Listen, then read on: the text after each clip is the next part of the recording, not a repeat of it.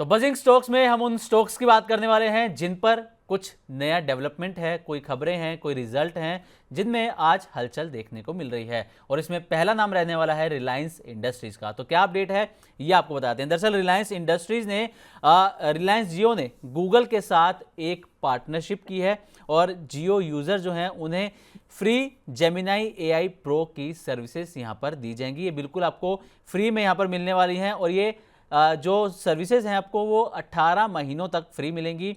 इसके अगर प्लान की कीमत देखी जाए तो वो 35,000 रुपये के आसपास हैं, जो कि रिलायंस जियो बिल्कुल फ्री देने वाला है। इसके अंदर आपको unlimited chat, 2 TB cloud storage, video image generation जैसी यहाँ पर फैसिलिटीज़ मिलने वाली हैं। इसके अलावा एक और खबर थी, खबर ये कि बोफा ने कल ब्लॉक डील में 44 करोड़ रुपए के शेयर खरीदे हैं यहाँ पर और 1475 रुपये के भाव पर करीब करीब 3 लाख से ज़्यादा शेयरों की यहाँ पर खरीदारी की गई है। तो मैम, आपसे रिलायंस इंडस्ट्रीज़ पर हालांकि आपने बातचीत की कि इसमें 1525 के जो लेवल वो क्रॉस करने ज़रूरी है, तभी निफ्टी हाई बनाता हुआ नजर आएगा। तो फिर भी आपका एक व्यू चाहेंगे मैम रिलायंस इंडस्ट्रीज़ पर कि कोई अगर फ्रेश बाइंग इसमें करना चाहे तो किस लेवल पर कर सकते हैं? देखिए, इसी लेवल पर कर सकते हैं। और मैं ये भी बोलना चाहूंगी कि एक सेकेंड, यस, रही बात रिलायंस की, तो रिलायंस को आप सिर्फ एक बिजनेस के तौर पर आज मत देखिए। रिलायंस, मुझे एक्सप्लेनेशन, इसको एक्सप्लेन करने का मौका दीजिएगा सिमरनजीत जी। जी जी देखिए, मैम। जैसे टाटा के हर बिजनेस अलग अलग हैं, है ना। अभी तो उन्होंने मोटर सेगमेंट में से भी पर्सनल अलग कर दिया, कमर्शियल अलग कर दिया। रिलायंस में वो जो बिखराव है ना, वो जो डीमर्जर्स हैं, वो होने बाकी है। तो आज अगर आप रिलायंस के इन्वेस्टर या रिलायंस के शेयर होल्डर बनते हैं, सीधी सीधी भाषा में अगर आप आज एक रिलायंस के शेयर होल्डर बनते हैं, तो इंडिया, सबसे इंपॉर्टेंटली बात जो मैं अभी डिस्कस कर रही हूँ, एक ही बार इससे पहले और क्या है, आज ये सेकंड टाइम भी है। इंडिया जो कि यूएस और चाइना जैसे अपने आईटी में सक्षम नहीं है, मुझे ये कहते हुए दुख तो हो रहा है, लेकिन ये एक अपॉर्चुनिटी है। तो रिलायंस इज समथिंग जो कि एफिशिएंट है, या तो टाटा एफिशिएंट है या फिर रिलायंस। तो टाटा इसमें कुछ कर नहीं रहा है एक्टिवली, बट रिलायंस जो है एक एक्टिव पार्टिसिपेशन दिखा रहा है इंडियन के आईटी एआई इन सेक्टर्स को लेकर के। यानी अगर मैं बात करूं कि इसमें कितनी ग्रोथ हो सकती है रिलायंस ओवरऑल कंपनी में, तो यूजर बेस जो इंडिया का है, हम वर्ल्ड के सबसे बड़े यूजर हैं। आईटी सेक्टर को लेकर के बात कर लीजिए, एआई को लेकर के कर लीजिए, बड़े बड़े प्लेटफॉर्म हमारे वजह से सक्सेस हो गए। तो वो चीज का जो एडवांटेज है वो रिलायंस के शेयर होल्डर्स को मिलेगा, वन थिंग। दूसरा, यहाँ पर जो फ्यूचर प्रोस्पेक्ट है, अब अगर रिलायंस इंडस्ट्रीज में जो नए नए बिजनेसेस जो आ रहे हैं, एआई वाले, आईटी वाले, इंडिया का खुद का कोई आईटी डोमेन इस तरह का नहीं है जैसे यूएस में खुद के हैं। तो इन सब चीजों में जब ग्रोथ मिलेगी तो ये कंपनी एक्स्ट्रा ऑर्डिनरी परफॉर्म कर सकती है। बट सेइंग दिस, मुझे लगता है कि फ्यूचर में जैसे जियो फाइनेंशियल अलग हो गया, तो जैसे जैसे नए नए वेंचर्स, नए नए बिजनेस डोमेन्स इसमें आएंगे, फ्यूचर के हिसाब से अगर हम देखेंगे तो ये अलग होकर के लिस्ट होंगे। And that is going to be the biggest benefit of the Reliance current shareholders. तो अगर आपका नजरिया इस चीज को लेकर के बहुत ही क्लियर है, तो आप इसको आज के भाव पर भी खरीद सकते हैं।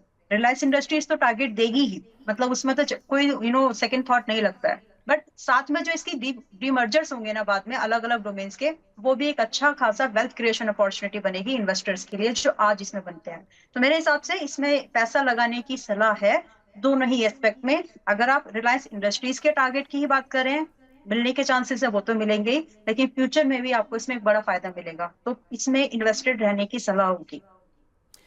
ठीक है मैम। तो चलिए, अगला बजिंग स्टॉक है यूनाइटेड स्पिरिट्स। दरअसल इसके Q2 के रिजल्ट आए हैं। Q2 में पेट 36% की ग्रोथ रही है।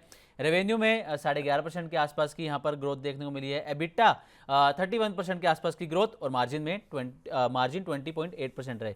यूनाइटेड स्पिरिट्स मैम, ये आपको कैसा लग रहा है? इसके चार्ट्स कैसे लग रहे हैं मैम यूनाइटेड स्पिरिट्स के? आज के, जी, गैप अप ओपनिंग हुई है अच्छी खासी, तो उसकी वजह से ये अभी आपको एक गैप है जो भरना बाकी है। तो मेरे हिसाब से इसमें खरीदार बनिए, लेकिन थोड़े से लोअर रेट पर, थोड़े से कम प्राइस पर। ये अभी 1435 पर है।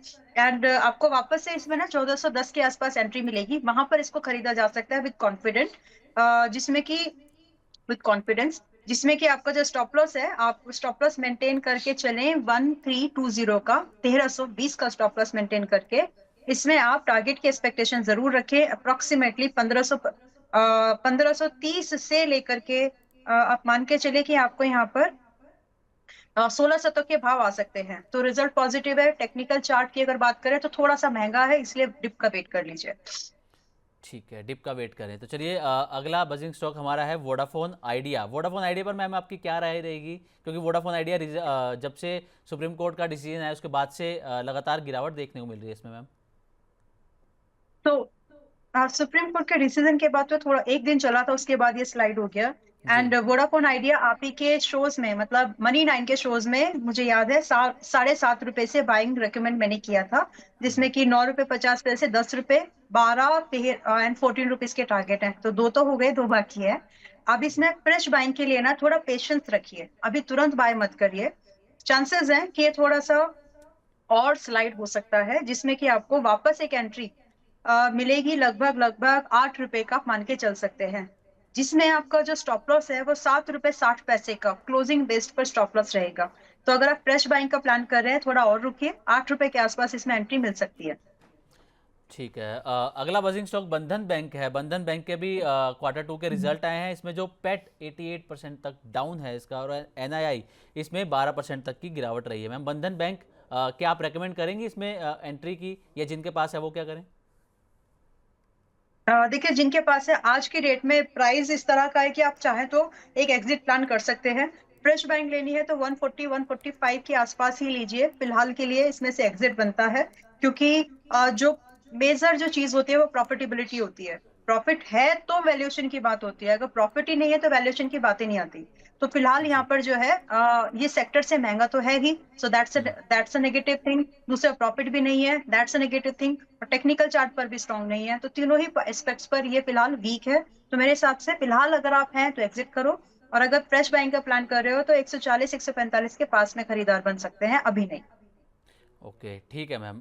अगला भी रिजल्ट है इसमें स्विगी का जो नेट लॉस है वो 1092 करोड़ रुपए रहा है, और रेवेन्यू में रेवेन्यू अप है इसका 54% के आसपास। स्विगी मैम आप इसको किस तरीके से देखते हैं?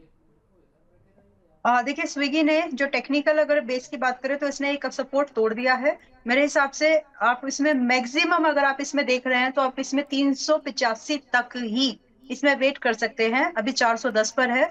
इसका एक सपोर्ट जोन क्यों बनता है ये वो भी बता देती हूँ। जो इसका आईपीओ वाला डे था, आईपीओ वाले दिन के पास इसका जो लो बना है वो 385 के आसपास का ही है। सो एक बार हो सकता है कि ये 385 से वापस रिबाउंड हो, तो आप यहाँ पर एक बार इसको टेस्ट जरूर कर सकते हैं। अदरवाइज अगर फ्रेश बाइंग की बात कर रहे हैं तो इसमें ब्रेकआउट पर ट्रेड करना ज्यादा सेफर होगा, रादर कि हम इसमें अभी जंप इन करें। तो मेरे हिसाब से आप इसमें वेट कर लीजिए, फ्रेश बाइंग का व्यू है तो आप यहाँ पर 435 के ऊपर ही कोई फ्रेश आउटलुक बनता है, उससे पहले नहीं। और अगर आप पहले से हैं तो 385 should be the stop loss closing base पर।